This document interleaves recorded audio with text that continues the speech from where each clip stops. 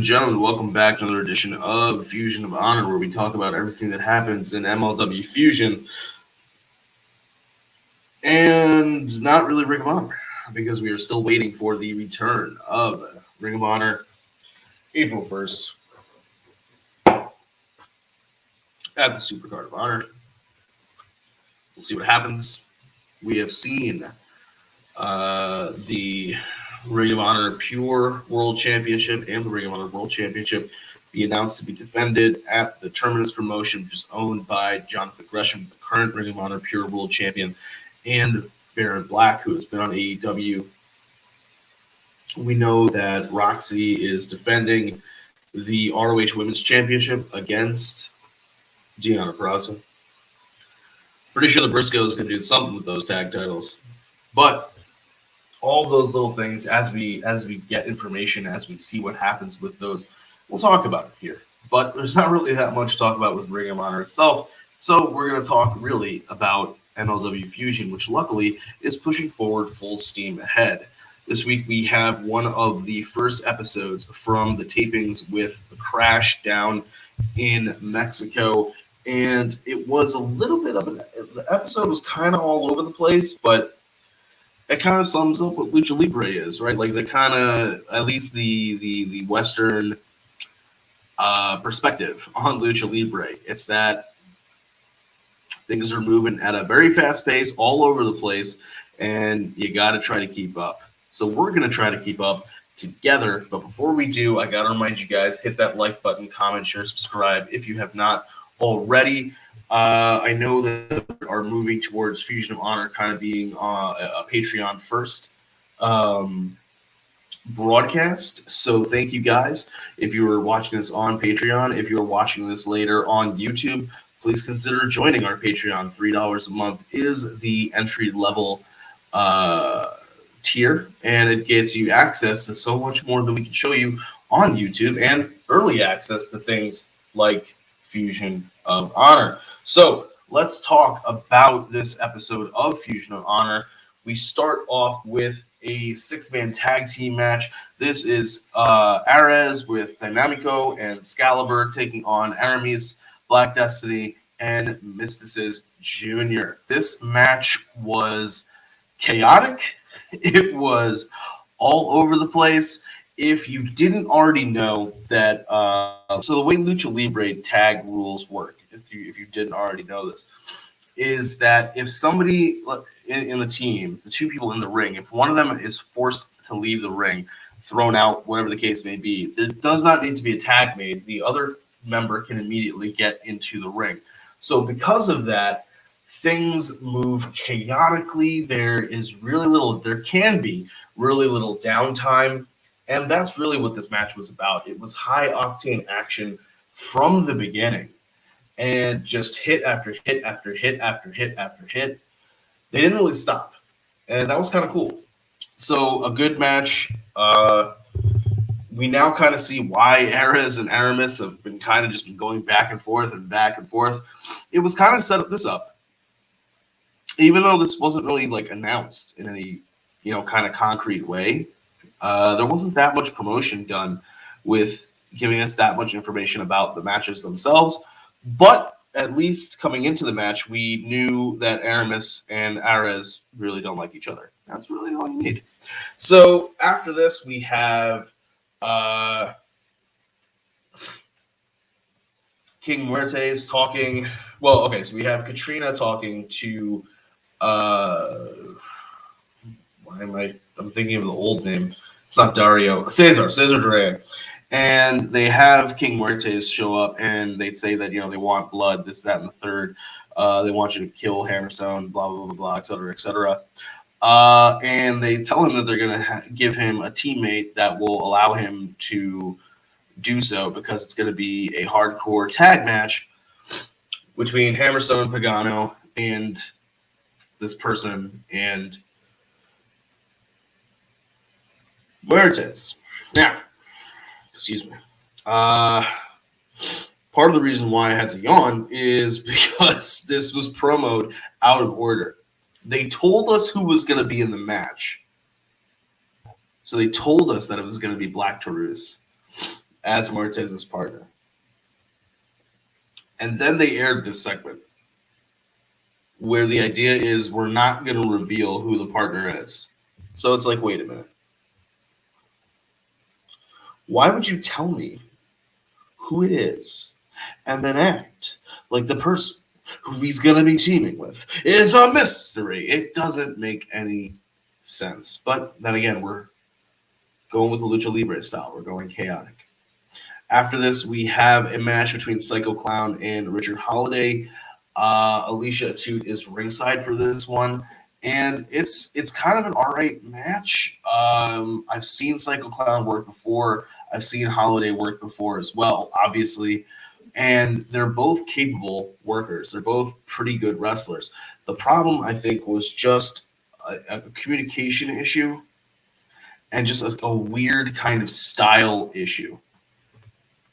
It didn't mesh well, and I don't know. It just felt like clunky, like they weren't able to properly communicate with each other in the ring. And I don't know. Actually, this is a good question. I don't know if Psycho Clown speaks English, so it may be an issue where sometimes when you have situations like this, you need to have a referee who can speak Spanish and English, who can translate kind of on the fly. And I have to believe that with the years that Psycho Clown has had in the business, that he does speak English by now, or that he knows different phrases. But who knows? During the course of the match, people show up from Cesar Duran to remove Alicia Atout from the match. This is going to distract Holiday, cause him some issues. They're still doing this slow burn storyline of a will they, won't they between Holiday and Atout, whether or not they like each other. Psycho Clown's going to pick up the win, kind of to be expected for the hometown guy. Use that loosely during these tapings, because I don't know if necessarily somebody is hometown in that sense, but it is home country. So we'll say hometown. Hometown hero or hometown guy picks up the win over Holiday. After this, Holiday goes backstage to try to figure out what the hell happened. He confronts Cesar Duran. Cesar Duran introduces him to a lovely member of the esteemed local police force who has some questions for Holiday. And Duran says he was only keeping Alicia Atout safe, and they're going to pull Holiday away out of the ring. They're going to, not out of the ring, but out of the building, and they're going to take him away for questioning. And Cesar Duran is like, tell Katrina, the next stage of the plan is in motion. Meanwhile, this is Richard Holiday. The entire time, he's like, fuck you, I hate you. Like, what the hell is going on? What are you doing? What was going on with Alicia? Why am I now being questioned in regards to some kind of illegal activity? I wasn't anywhere near where this illegal activity occurred. It seems like something's going to happen in our main event between Alexander Hammerstone, Pagano, and King Muertes, and I don't know who his mystery tag partner could be. It could be Black Taurus, who knows? And lo and behold, shit, it's Black Taurus, because we have our main event. This one goes just under 16 minutes long, and it is definitely a car crash kind of match. There is debris in the ring. There are tables used. There are, as you can see, garbage cans used. There's anything and everything these guys use to get their hands on each other and to bash each other's heads in. Chairs. They do the classic cookie cutter sheet. It's a little bit of everything. But our world champion, his team, does prevail over Taurus and Muertes. And you think that it's the end of the show, but the show really ends when Pagano, after the match, turns on Hammerstone, hits him with the cookie cutter sheet, and they proceed, to three of them, to beat the living shit out of Hammerstone. So, clearly, we can see that the fix was in, because Duran wanted Hammerstone to get his ass handed to him. He wanted Holiday out of the building so that Holiday could not come out to help Hammer. The only thing that doesn't make sense to me about this is I feel as though Pagano should have just turned on Hammerstone during the match and cost him the win. Because the whole goal was for Taurus and Muertes to basically kill Hammerstone, right? So why not make sure that you also win the match? Like Pagano, if they had lost, do we still get the Pagano turn? Do we still get the reveal? Because Pagano's working for Duran this entire time. This match didn't need to go this long. If the whole point was to beat the shit up out of Hammerstone, and I get it, you're doing it something for the local crowd, but you're also trying to advance the storyline. So I think they could have done they could have gone with the route of maybe Pagano abandoning Hammerstone, maybe something just a little bit different than giving them the win just for this guy to turn on Hammerstone. Because for us, they have not established any real connection between Pagano and Hammerstone. So why am I supposed to give a shit the way that the announcers want me to give a shit that Pagano is turning on Hammerstone? I don't know this guy from a fucking box of potatoes. I don't know why I want a box of potatoes, but I don't know this guy from the next person. Like, I mean, I know who Pagano is, but in the context of Pagano's relationship with Hammerstone, means jack shit to me. So why the fuck am I supposed to care? I don't know. It just didn't seem as though they were kind of doing what they should have done, because the other thing was, and now granted, this part they wouldn't have known until it happened, but Hammerstone did not really get much of a reaction from the crowd when he came out. Taurus and Muertes didn't really either. The only person who got like something semblance of a pop was Pagano. So maybe they were like, okay, maybe they were like, we know this is gonna happen. So Pagano turning on it, the crowd will react, but the crowd barely cared. So I don't know. It felt a little off. It felt as though there were some things they could have done better. But the ultimate goal, which is to get to this everybody beating the shit out of Hammerstone, that part went off without a hitch. I will say that I liked the Holiday removing him from the building, and it was smart. Cesar Duran played up on Holiday's either love or unrequited love or whatever the case, unrequited love for Alicia.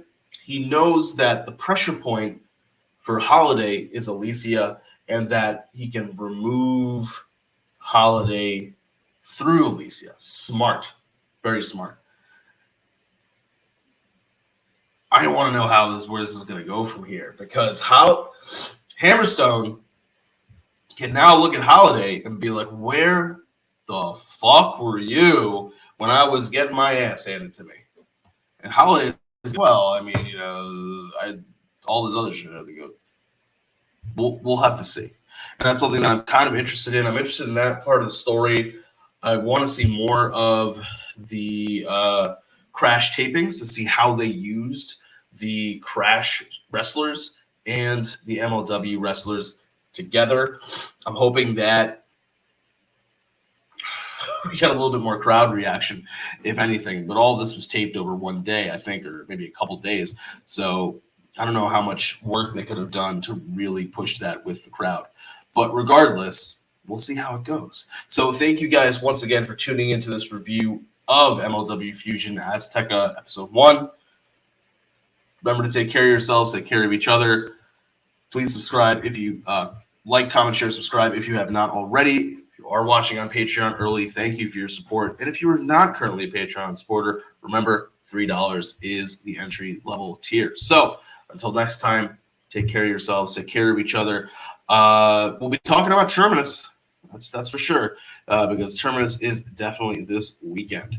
Because I'm taping this a little bit late because of you could if you're a Dark Power watcher, you will know. But I had to go down to Tampa for a wedding, and because of just the New Year, threw everything kind of off scheduling wise when I do the taping of Dark Power and Fusion of Honor. So take care of yourselves, take care of each other. We'll talk about Terminus. It's probably going to be a really great match. Bandito. Gresham. We're going to have to get a unification at some point. All right, guys.